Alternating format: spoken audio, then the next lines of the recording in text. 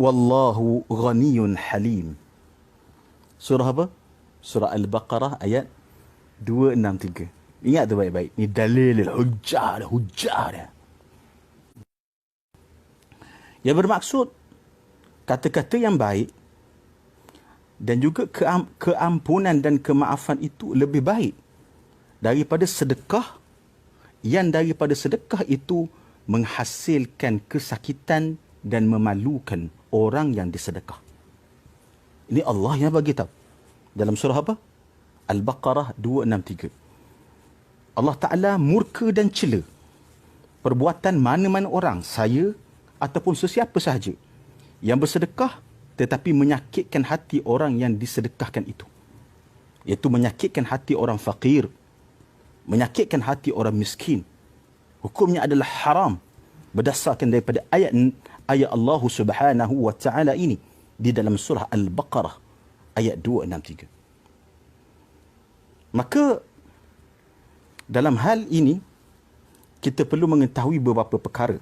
Pertama sekali, apabila kita hendak memberi sumbangan, kita perlu tahu bahawa sumbangan ini ada dua cara dan jalan. Dua keadaan lah. Kita sebut dua keadaan.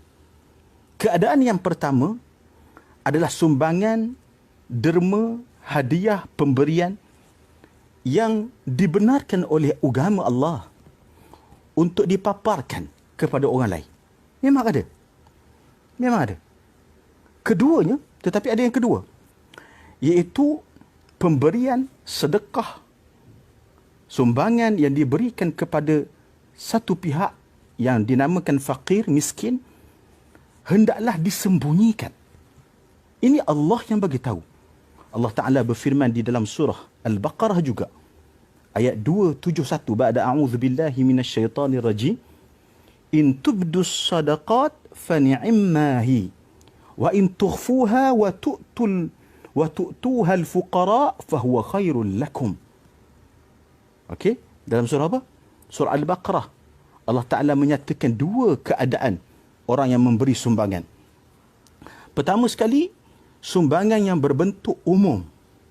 Contohnya untuk membina masjid. Lagi satu, untuk membina hospital contohnya. Untuk membuat projek-projek dakwah. Untuk menyumbang buku kitab contohnya. Untuk membuat satu sumbangan secara umum, contohnya kepada madrasah-madrasah tahfiz, maka kita tengok boleh dan dibenarkan di dalam Islam berdasarkan daripada surah Al-Baqarah ayat 71 ni, ayat 271 ini, untuk dipaparkan, dibenarkan di dalam Islam untuk dipaparkan sumbangan tersebut. Boleh. Tidak ada masalah. Boleh. Dibenar. Fani'immahi. Wa in tukhfuha wa tu'tuha al-fuqara fahuwa khairul lakum.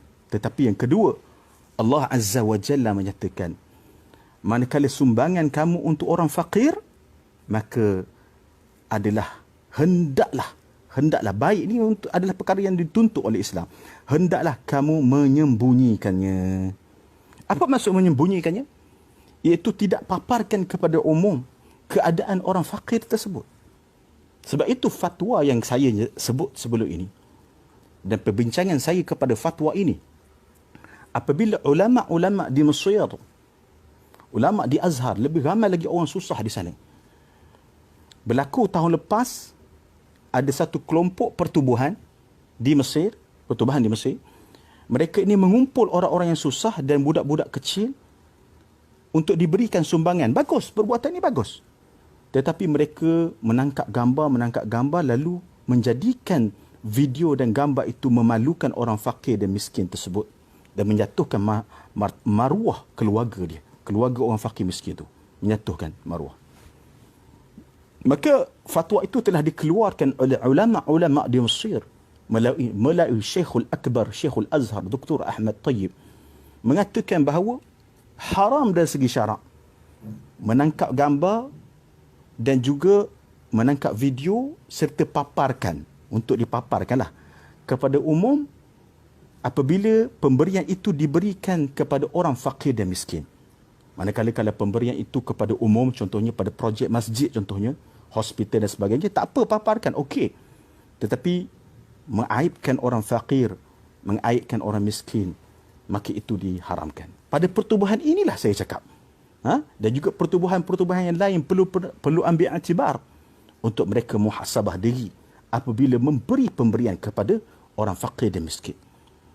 Jadi selepas ini, kita minta kepada kerajaan Malaysia, negara kita yang diperintah oleh kerajaan yang baru, Perikatan Nasional, supaya mereka ini menyemak semula pertubuhan dan persatuan-persatuan yang mengumpul dana untuk diberi derma supaya tindakan itu selaras dengan tiga pihak.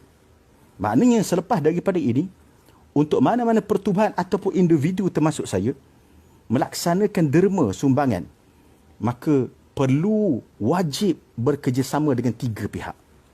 Perlu wajib bekerjasama dengan siapa? Tiga pihak. Tulis soalan, saya tak nampak pun soalan. Semua okey je ni.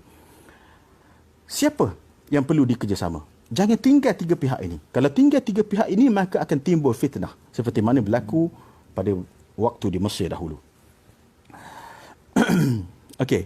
Pertama sekali, bagi mana-mana pertubuhan ataupun individu ataupun kumpulan yang menjumpai ada satu keluarga yang susah ataupun mana-mana pihak yang memerlukan, maka untuk dia menyumbangkan kepada pihak tersebut, dia perlu berbincang dengan segera melalui telefon pun tak apa dengan tiga pihak ini. Siapa? Pertama sekali dengan pusat zakat. Pusat zakat negeri tersebut. Ini perlu dibincangkan supaya kita tidak mahu mengaibkan pusat zakat. Orang akan kata bahawa pusat zakat negeri tersebut tidak melaksanakan tanggungjawab. Sedangkan manusia ini alpa, terlupa, terabai biasa. Itu berlaku. Kita pun terabai anak-anak kita kadang-kadang itu. Anak kita dibiarkan. Kita duduk tengok Facebook ni, tengok Ustaz Abu Syafiq ni, anak-anak kita duduk main game, tengok video yang tidak sepatutnya. Kita tak tahu. Kita terabai biasa. Maka pertama sekali mesti mana-mana pertubuhan, mana-mana pihak, mana-mana kumpulan yang hendak melaksanakan derma kepada keluarga yang susah, orang fakir dan miskin, maka perlu untuk bekerjasama mula-mula sekali dengan lembaga zakat negeri tersebut, pusat zakat negeri. Itu mesti. Tulis benda ni, pusat zakat. Itu cara dia supaya tidak berlaku fitnah selepas daripada itu. Fitnah ini besar dosanya. Fitnah ini boleh membawa kepada benda yang sangat buruk. Sebab itu kita kena bekerjasama. Wa ta'awanu 'alal birri wat taqwa wa la ta'awanu 'alal itsmi wal 'udwan. Tolong-menolonglah pada perkara kebaikan dan ketakwaan, dan jangan kamu tolong-menolong pada perkara yang menyebabkan apa? Permusuhan dan dosa dan permusuhan. Dah jadi musuh. Orang musuh dengan pusat zakat. Orang marah pada pusat zakat, kata pusat zakat tak buat laksanakan tugas. Sebab itu mana-mana pihak, termasuk saya sendiri, mana-mana individu, mana-mana pertubuhan, mana-mana kumpulan, mana-mana yayasan sekalipun, untuk membuat derma perlu lalui tiga perkara ini. Yang pertama dengan pusat zakat. Bincang elok. Kata kami jumpa satu keluarga ini memang susah sangat. Jadi kami nak bagi sumbangan. Boleh tak pihak pusat zakat sekali dengan kami, kalau ada balance duit zakat tu boleh kita sertai sekali. Saya ada 10. Ustaz Abid Leo, penat sangat rasa, tapi bahagia sangat. Syukur kepada Allah. Teringat mak dulu senyum bagi nasihat. Tak apa orang buat kita, jangan kita buat orang. Selalu maafkan orang lain dan doakan semua orang bahagia. Dah berlalu bertahun dalam kerja hikmat dan berkongsi kasih sayang sejak kecil. Entah berapa hari lagi yang tinggal. Biarlah baki hidup ini dalam kebaikan. Saya jahil, tak pandai. Saya bukan ustaz. Saya bukan sesiapa, cuma cina Islam. Terima kasih semua. Terlalu ramai guru, keluarga dan sahabat mendoakan dan beri semangat. Allah saja membalasnya. Ujar Ustaz Abid Leo, ustaz yang kami semua sayangi. Terima kasih Ustaz.